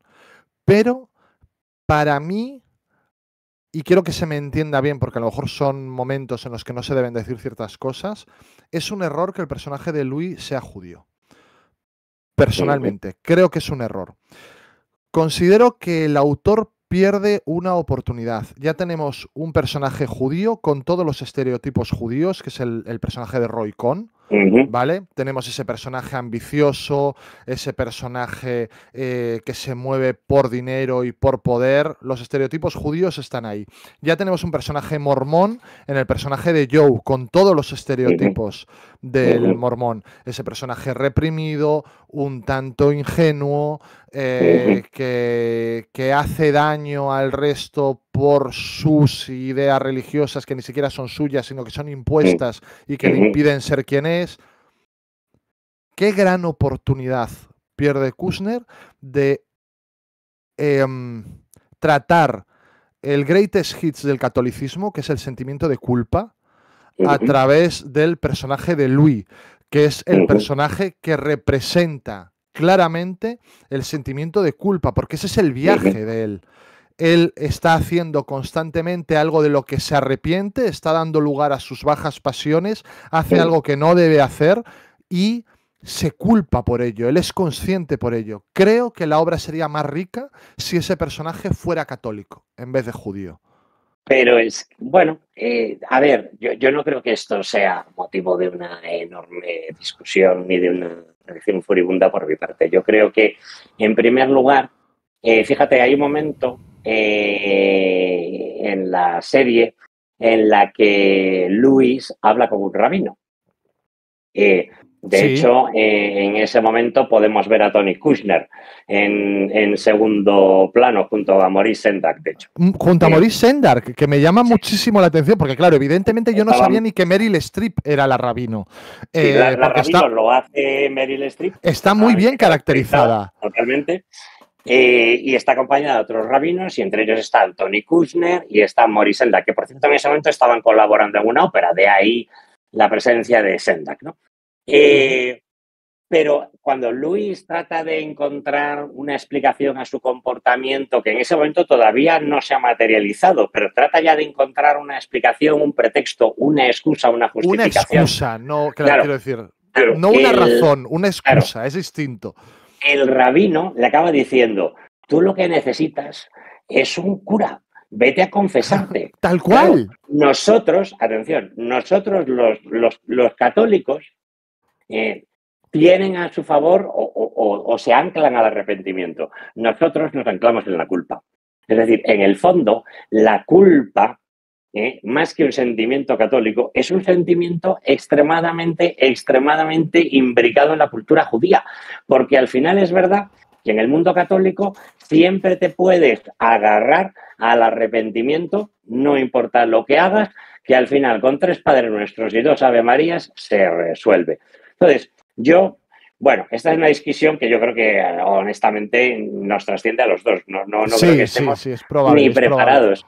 Pero es verdad que hay una explicación a lo que dices en el propio texto. Más allá de eso, Louis es Tony Kushner. No completamente, y no es autobiográfico, pero hay muchos de los comportamientos, de las opiniones, de la mirada de Louis, es Tony Kushner. Y eso lo dicen los propios actores que han trabajado con él, ¿no? Déjame encontrar la cita, porque esta es de las que tenía preparada bien. De repertorio. Esta es de Adam Driver y lo dice, Louis es Tony si Tony es alguien. Es decir, es el personaje que no es que esté completamente ahormado en Tony Kushner, pero es el que más se le parece, ¿no? Y al final es verdad que su propia experiencia condiciona su propia obra, porque lo hemos comentado al hablar de Caroline or Change, por ejemplo, ¿no? Que habla de la Luisiana de los años 60, que es el lugar donde él estaba en ese momento y esa edad. Sí. Por cierto, ya que abrimos también el melón de los cameos, me llama mucho la atención descubrir que este señor que guía a Pryor cuando él tiene esta visión del cielo, en ese último capítulo que tiene unos últimos minutos fabulosos, este es uno de los directores de la obra teatrales. Concretamente se llama Oscar Eustis y es el director de Los Ángeles. Sí, en ese momento ya director del Public Theater y responsable de algunos de los mejores momentos teatrales del Nueva York reciente. Rufino, hay otra cosa de la que te hablaba y que me gusta mucho, y es que más allá de los nombres incontestables que tiene este reparto, y podríamos hablar del trío Emma Thompson, Al Pacino, Meryl Streep, la miniserie sí que tiene 3 actores que a mí me gustan muchísimo y que por aquel entonces, hombre, algunos sí que era conocido, el caso de Mary Louise Parker, que podía estar quizá en su mejor momento, que es, te comentaba fuera de micro, me parece una actriz bellísima, siempre me ha parecido súper atractiva y creo que es muy buena y, bueno, yo la recuerdo del ala oeste de la Casa Blanca, por ejemplo, y creo que es una actriz fabulosa y que está soberbia en uno de los personajes más difíciles de todo el texto, y para mí es la luz un poquito siendo un personaje que está completamente a oscuras, pero curiosamente consigue brillar y mostrar todo ese dolor y ese desconcierto que siente. No, yo creo que es un papel extremadamente complicado porque es verdad que tarda en salir a la luz, está constantemente en un equilibrio inestable, no puedes caer, ¿sabes?, en los tics ni en los recursos más manidos para encarnar a una adicta al Valium como es ella, que está viviendo pues un proceso doloroso de redescubrir a su marido, y lo hace, yo creo que con una capacidad expresiva, pero al mismo tiempo con una economía de medios, que creo que el papel lo exige, pero es fácil, ¿no? Soltarse e ir más allá, que yo creo que es encomiable, ¿no? En general, he de decir que uno de los méritos para mí de Nichols, de la dirección de actores de la miniserie, es que consigue contener a los actores. Es decir, obviamente en teatro necesitas que la actuación sea muchísimo más expresiva, por muchísimas razones, lo hemos hablado en docenas de ocasiones. Aquí la tentación hubiera sido continuar esa línea, ¿no? Y consigue Nichols de todos los actores unas interpretaciones súper efectivas, contenidas, pero al mismo tiempo singulares y de impacto, ¿no? En particular, yo creo que el mejor momento de Mary Louise Parker, y tiene varios, algunos de apenas una réplica o de unos segundos, ¿no? Porque solamente con la cara es capaz de expresar muchísimas cosas. Pero yo adoro el monólogo final, ¿no? El del vuelo a San Francisco. Maravilloso. Me parece, vamos, un monólogo, te lo dije antes de que lo vieras. Sí, lo detecté al momento. Textos mejor escritos, más bonitos para una actriz ever. Maravilloso. Total. Patrick Wilson es un actor que me encanta y creo que da tan bien el papel. Sí, tan totalmente. Bien el papel, es guapísimo, como le dicen el hombre de Marlboro, le llegan a llamar en algún momento. Y a la vez esta fragilidad, este desconcierto es fantástico, como lo muestra. Alguien tan... por poner una pega, no creo que un abogado mormón en los años 80 en Nueva York tuviera ese cuerpo. Cuando se quita la camiseta dices, madre mía, este ya es un cuerpo cincelado en gimnasio. Este chico no ha tenido tiempo para hacer esto, ni tiempo ni ganas, pero está fantástico.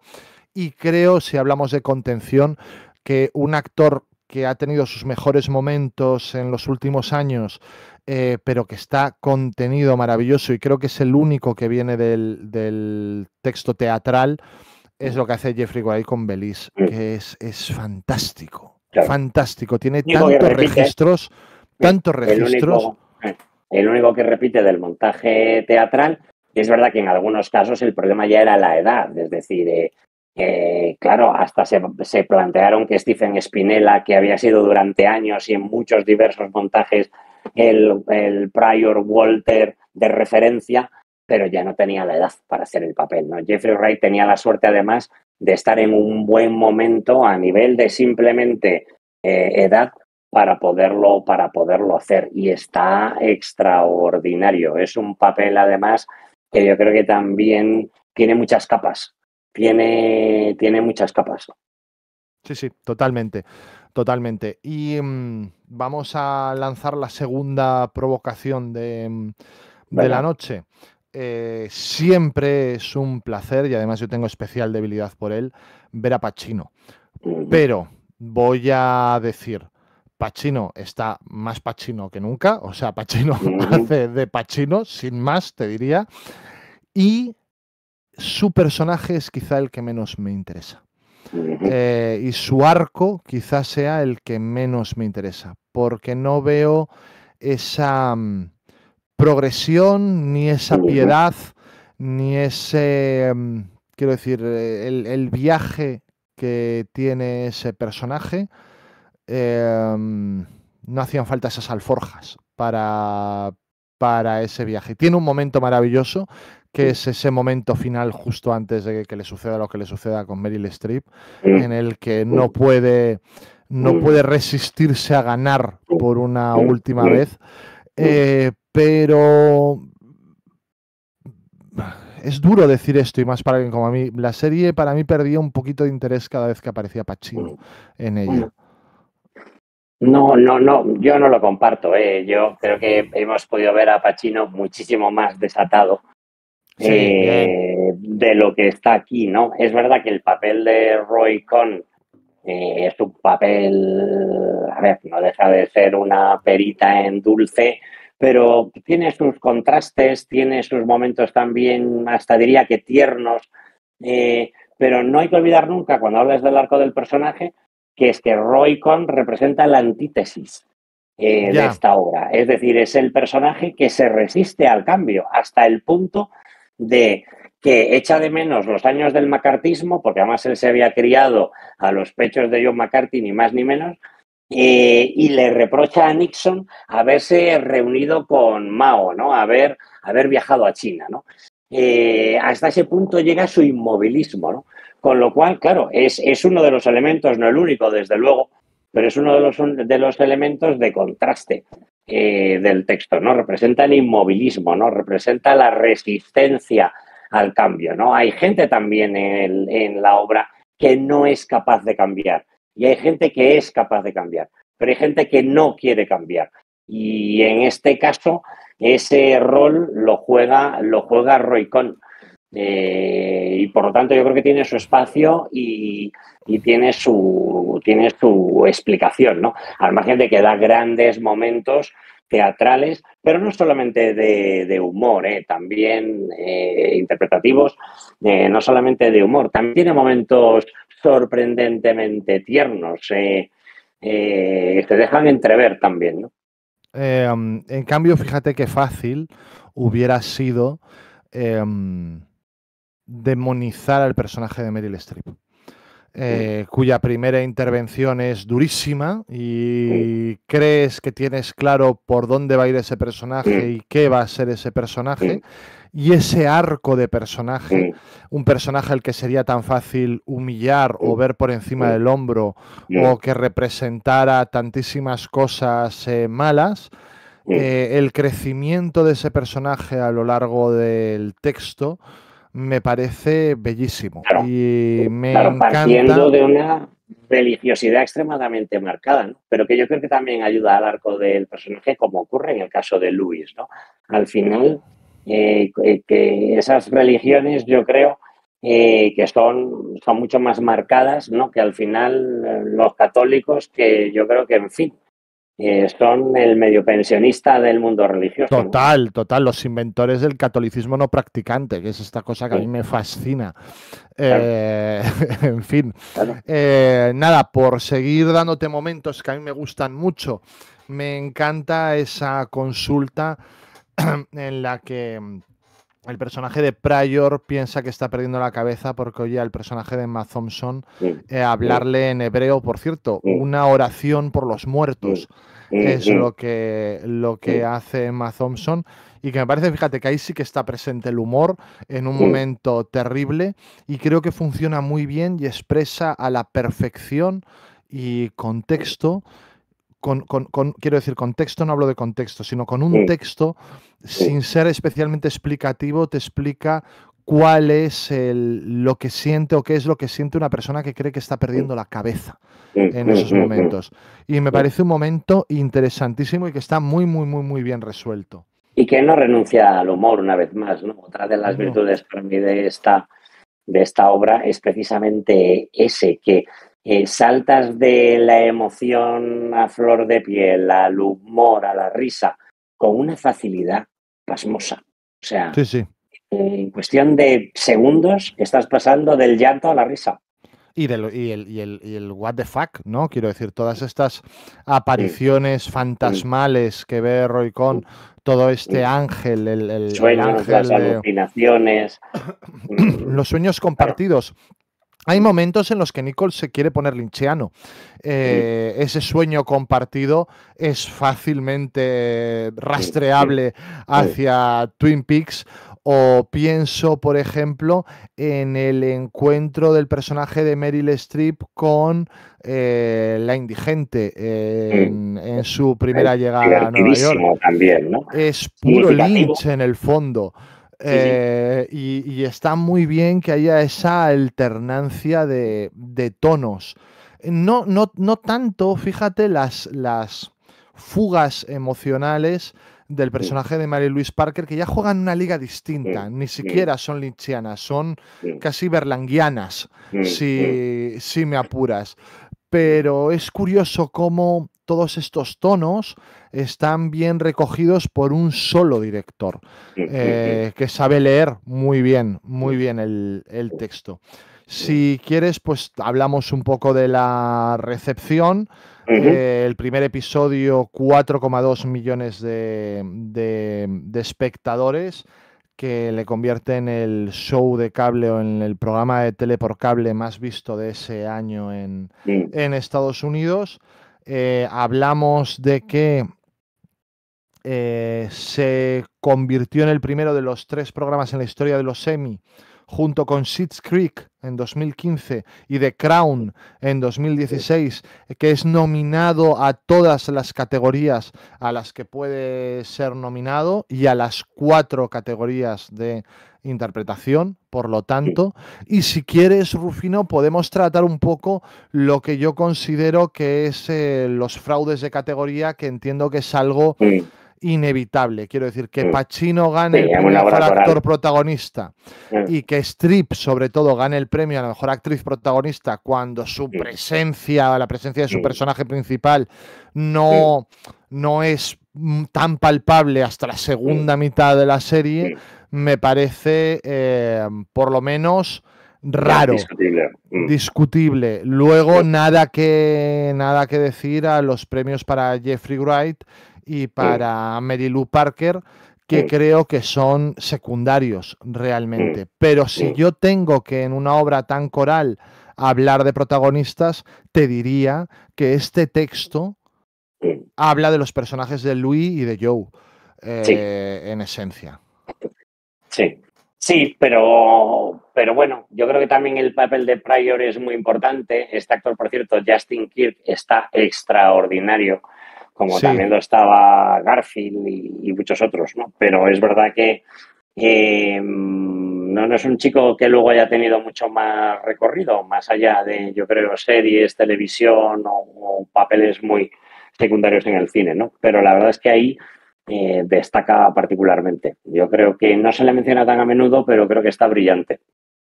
Sí, lo está, lo está. Y sí, quizá podría ser la tercera pata del Sí. protagonista. ¿Y qué más te iba a comentar ya de la recepción? Nada, pues eso, que en las memorias de Mike Nichols, que tienen 700 páginas, pone aquí, las escribe esas memorias Mark Harris, que es el marido de Tony Kushner. O sea que al final todo Claro, queda en porque se casa y te conocen habla. durante el rodaje. Y te habla de la importancia que le concedió Mike Nichols a esta obra suya a lo largo de su carrera. Yo, como veis, le pongo ciertas pegas a esta miniserie. Quizá porque el formato televisivo no es mi formato, aunque en este caso, lo aclaro, es un formato muy cinematográfico, pero desde luego es una obra capital. Dentro de la historia de HBO, y esto ya es mucho decir cuando hablamos de televisión. Y me ha despertado mucha curiosidad por el texto teatral que ojalá en algún momento alguien se atreva a publicar. No sé, Rufino, ¿qué más quieres decir tú de la serie? No, de la serie quizás destacar que yo creo que Nichols tuvo la valentía o la originalidad de hacer que algunos actores siguieran duplicando personajes, en algún caso hasta cuatroplicando personajes como ocurría en el texto original.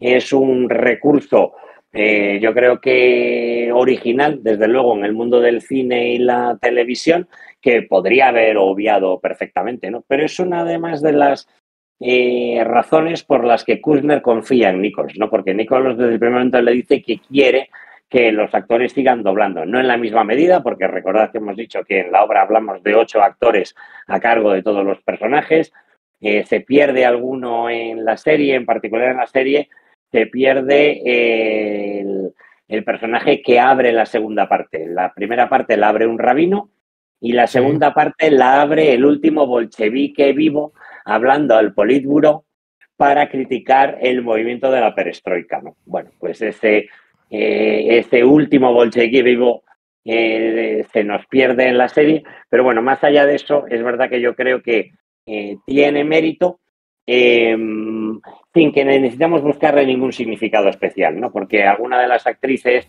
que han hecho de Hannah el papel principal de Meryl Streep también en la serie, pero que se ocupa de otros, en una conversación con Kushner trataba de encontrarle una conexión, un significado a los diferentes personajes que tenía que interpretar, y la respuesta de Kushner fue: no lo pienses, simplemente diviértete, ¿no? Lo cual nos habla de un recurso pura, eminentemente teatral.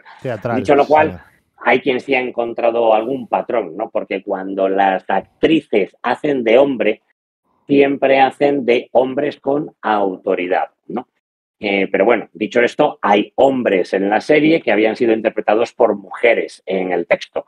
El médico de Roy Cohn, por ejemplo, o el gran amigo protector en Washington de Roy Cohn. Esos dos personajes masculinos y con autoritas, ¿no? Pues lo interpretaban mujeres, actrices en los montajes teatrales, ¿no? El médico de Roy Cohn, que aquí en la serie es James Cromwell, que es otro actor estupendo y está muy bien. Es que tienes a Simon Callow haciendo un papel de apenas unos minutos, pero que todos agradecemos, ¿no? Que hasta los papeles más episódicos pues estén a cargo de grandes actores, ¿no? Yo creo que es una serie súper recomendable. He de decir que a mí me desconcierta, por ejemplo, Hombre, Emma Thompson también hace de esta indigente de la que hablábamos, muy caracterizada, no se la reconoce, pero no hay ningún tipo de caracterización entre la Emma Thompson ángel y la Emma Thompson enfermera, y no dejas de buscarle bueno, sí, el peinado, el maquillaje, los tatuajes, claro, no es tan Claro, pero yo digo, el diferentes, personaje de pero Justin bueno, Kirk es consciente de que el ángel es su enfermera, esto tiene algún tipo de significado en el fondo y tal, pero no, es un significado, si el propio bueno, Kushner no lo ve, claro, en fin, ahí ¿quiénes somos nosotros para darlo? o no, pues eso depende de lo que piense el espectador, al margen de que luego, claro, cada montaje tenga el sesgo que le haya querido imprimir su director, incluido Nichols, para la versión de HBO. Bueno, pues Rufino, recomendar a todo el mundo que no lo haya visto que vea Ángels in America, la tenéis en HBO, creo que también está en Movistar Plus Series.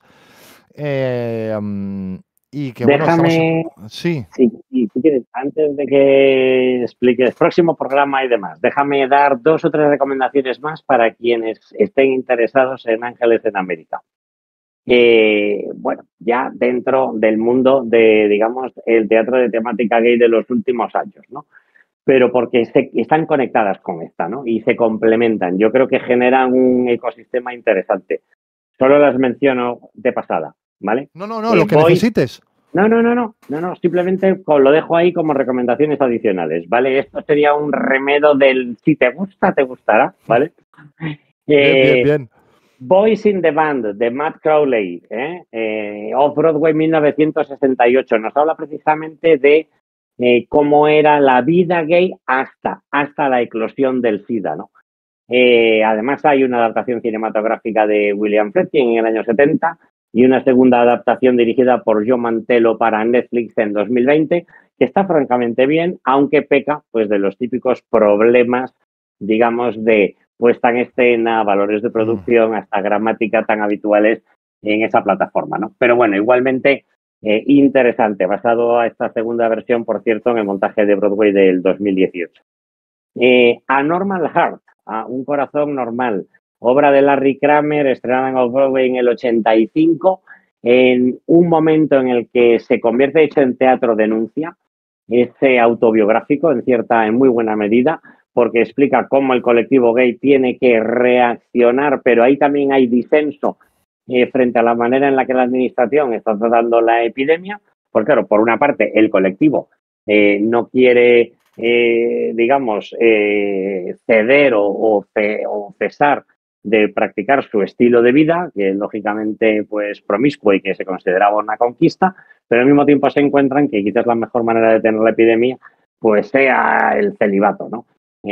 Todo eso un contexto pues en el que la administración desde luego pues no mostraba ningún interés en contribuir a erradicar la epidemia, ¿no? Esta obra llega a Broadway en 2011 y hay una película muy interesante, muy recomendable, de HBO 2014 en este caso, con Mark Ruffalo, con Joe Mantello también, Stephen Spinella, el Prior Walter de que hablábamos antes, también tiene un pequeño papel, y también una fantástica Julia Roberts, que creo que nunca ha estado tan fea, pero está igual de eficaz que siempre. Si no habéis visto esta película, yo creo que es muy recomendable, ¿no? También tiene un componente de testimonio histórico. Y por último, no tenemos todavía versión audiovisual. Ojalá estuviera Mike Nichols para rodar la miniserie, pero la herencia de Inheritance, que antes mencionabas de Matthew López, Londres 2018 y Broadway 2019, pues claro, mira en buena medida Ángeles en América, recoge el testigo de Ángeles en América, llevando, digamos, la ambientación al momento actual, ¿no? Pero mirando muy, muy a los ojos a Ángeles en América y también a Boys in the Band y a Normal Heart. Bueno, y Rufino... Estando basada en Regreso a Jugarse, que no lo he mencionado, pero de hecho la trama es un remedo de Regreso a Jugarse. Maravilla. Lo mencionabas tú antes, un poco de pasada. También es recomendable Angels in America para todos aquellos que sean lo suficientemente jóvenes como para no entender lo que fue el SIDA en los años 80. Que es, bueno, los 80 y gran parte de los 90. ¿Qué pasa? Que durante los 80 pues fue una hostia de realidad muy importante y una verdadera carnicería, y en los 90 creo que fue realmente el SIDA el que acabó con el libertinaje sexual de los 70 y primeros 80. La revolución dio paso a los conservadores sexual. 90. Estos movimientos pendulares históricos a veces se explican por cosas como el SIDA, y realmente aquello era una carnicería, aquello costó mucho pararlo. Todavía no se ha parado del todo, pero no significa ni muchísimo menos lo que significó en aquel entonces. En Occidente. Claro, y en fin, aquello fue una verdadera película de terror que era muy fácilmente identificable con una plaga bíblica, además, porque iba contra aquellos que pecaban, ponerle todas las comillas, los homosexuales, los promiscuos y los drogadictos. O sea, esto fue interpretado así y llegó en el momento que llegó y se llevó por delante la vida de muchísima gente valiosísima. Sí, que cercenó una generación por completo. Eso, fíjate, al final Ángeles en América, esa temática la incluye, la abraza, pero yo diría que no es central, ¿no? Como os explicaba antes, realmente el tema es mucho más, digamos, trascendente, o no está tan enclavado en un momento concreto.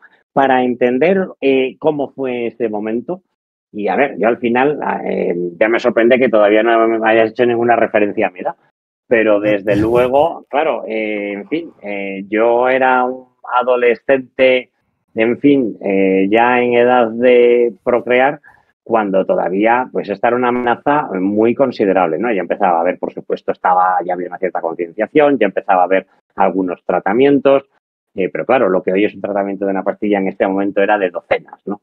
Pero eso lo explica muy bien Anormal Heart. En eso se centra Anormal Heart, ¿no? Bien. Pues nada, Rufino, muchísimas gracias. Me has dado una excusa fabulosa para completar una carencia, una de las muchas carencias intelectuales y artísticas que tenía, y aclarar que el Cinemanicomio vuelve este jueves. Este jueves 11 tenemos Finchlandia de nuevo con Tintín y el secreto del unicornio, que he podido ver otra vez, y menudo pepinazo, Rufino. Daniel, ¿sabes que los tintinófilos? Perdón, te estoy perdiendo, me estás amenazando y te estoy perdiendo. Los tintinófilos... Os estaremos observando muy de cerca. Totalmente.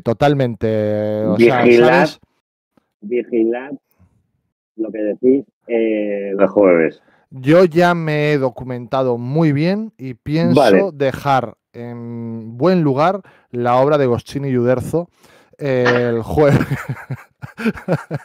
jueves 11. Y... en serio, venimos con Haddock, con Milú, con el profesor Bacterio y con todos los personajes. Pepinazo, es un peliculón. Total. O sea que, vamos, tiene y tú eres muy exigente con esto y me consta. Ya sabes que, bueno, tú lo sabes, mi casa es un pequeño museo. Totalmente, o sea, y tú fuiste uno, hombre, ya contaré yo mis orígenes con Tintín, pero tú me reactivaste Tintín en un determinado momento de mi vida, aunque yo siempre fui tintinófilo incluso antes de conocerte. Y hablando de personajes de ficción que todos queremos, el martes 16 tenemos especial Lola Gaos en Cine y Olé. Cine y Olé, especial Lola Gaos, martes 16, con Furtivos, El Verdugo, esa pareja feliz y Ceremonia Sangrienta, todo peliculotes. O sea que Rufino... Echa de menos una, pero no debe estar en el catálogo de No, Olé, esta no la tienen, ya te lo digo yo. Dice Ari MG, me habéis generado muchas ganas de verla, millones de gracias. Pues para esto hacemos estos programas. Y Ed Hernández, un gustazo familia, buenas noches a todos. Rufino, buenas noches, muchísimas gracias. Nos vemos en octubre o en noviembre o cuando quiera que vuelva. Qué ruina de función, doctor Frusna, los mandos técnicos. Muchas gracias a todos. Nos vemos el jueves 11 con Tintín y el secreto del unicornio. Adiós. Bye.